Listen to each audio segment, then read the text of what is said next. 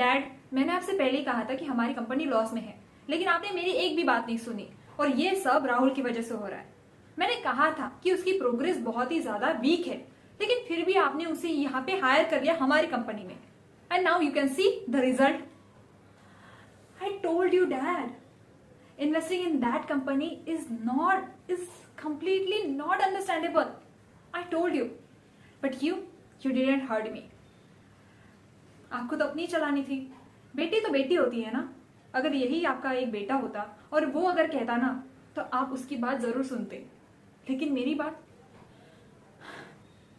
No dad, आपने मुझे इतना एजुकेट किया, आपने मुझे इतना पढ़ाया लिखाया, फॉरेन भेजा, मेरी पढ़ाई कंप्लीट करवाई, लेकिन आज अब जाके आप कह रहे हो कि नहीं, मैं तुम्हारा डिसीजन नहीं एक्सेप्ट करूंगा। क्यों? Just because I am a girl? नहीं डैड, ऐसे नहीं होता है। इस कंपनी में मेरा भी हिस्सा है और इस कंपनी के डिसीजन लेने का मेरा भी हक है। यस डैड,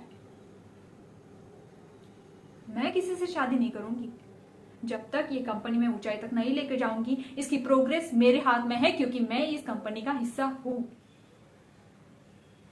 मॉम के जाने के बाद मुझे लगा था कि आप मुझे अंडरस्टैंड करोगे, आप मुझे समझोगे, लेकिन मैं गलत थी। बट कोई बात नहीं डैड, आपने मुझे इतना पढ़ाया लिखाया, यही मेरे लिए बहुत बड़ी चीज है।